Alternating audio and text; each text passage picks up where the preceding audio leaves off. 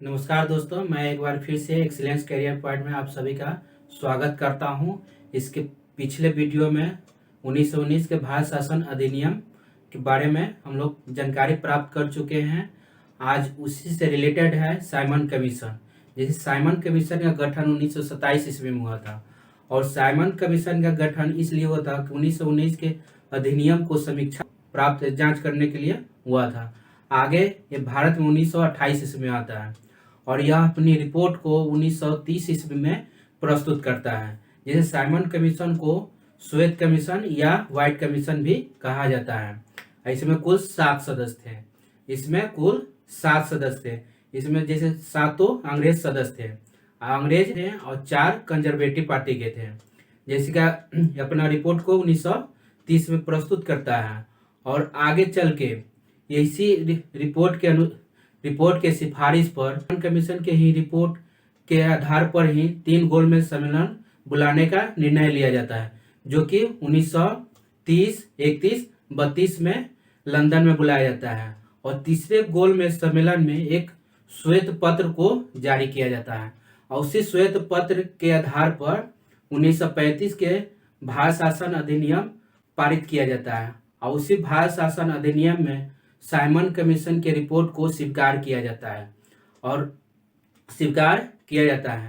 और इसी Simon commission जब ये भारत आता है 1928 में, तो ये मुंबई शहर में आता है और पहली बार इसका विरोध 1928 में लाहौर में किया जाता है, जो लाला लाजपत राय के नेतृत्व में किया जाता है।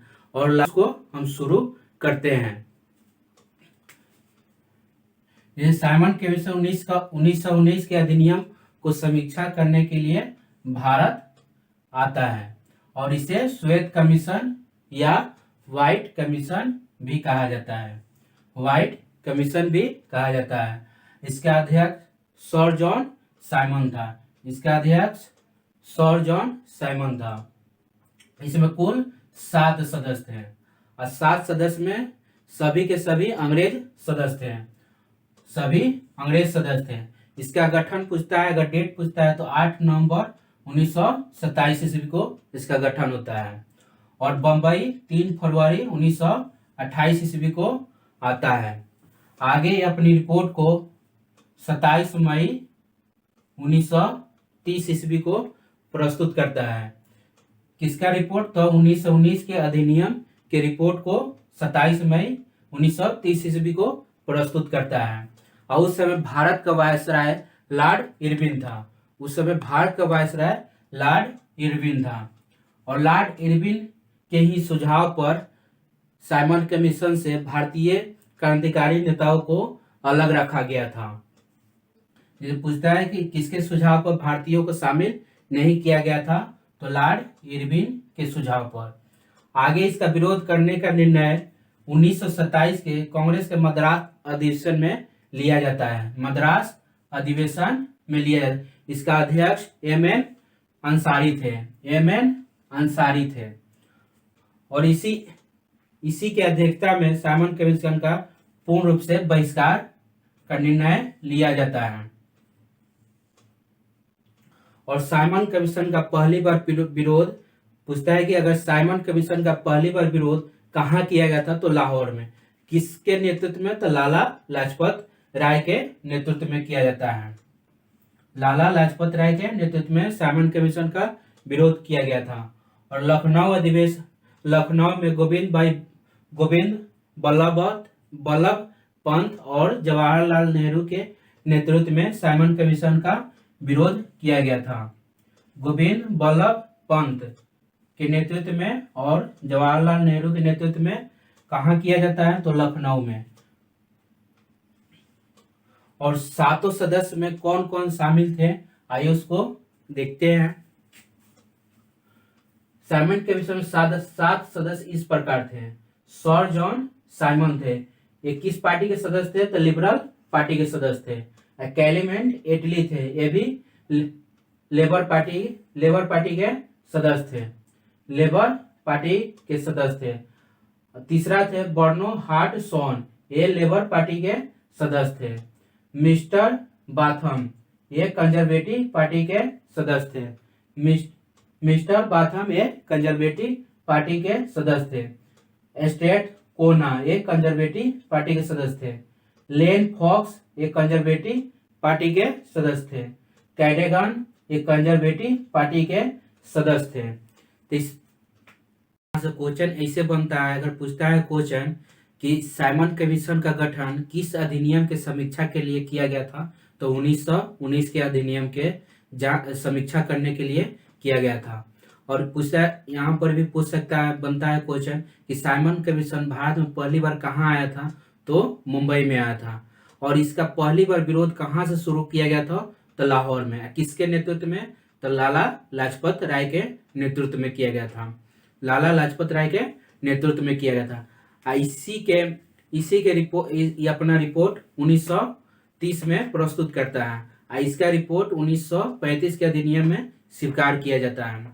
और पूछता है कि किसके सिफारिश पर 3 गोलमेज सम्मेलन का आयोजन लंदन में किया गया था, तो साइमन कमीशन के सिफारिश पर 3 गोलमेज सम्मेलन का आयोजन किया गया था।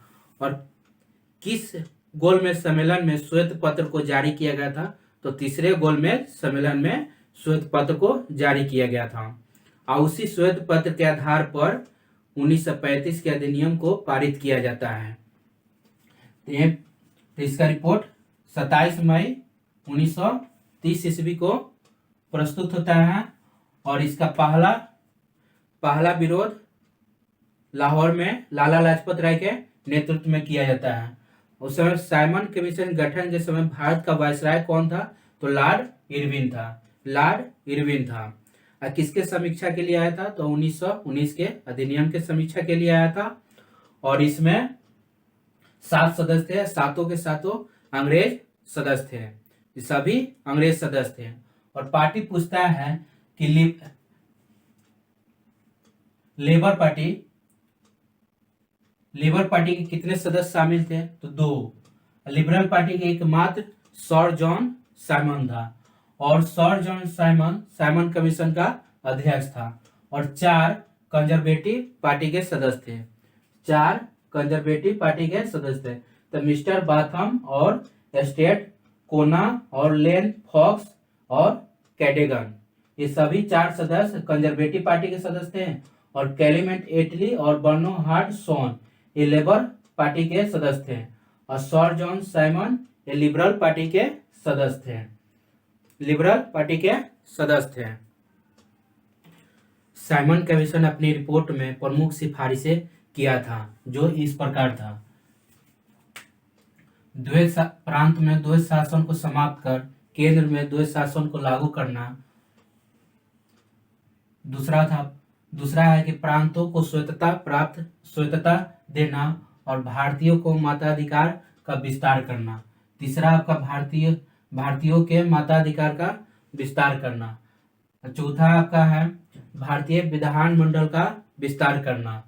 और इसी सिफारिश में बर्मा को भारत से अलग करना, जो कि बर्मा का वर्तमान नाम म्यांमार है।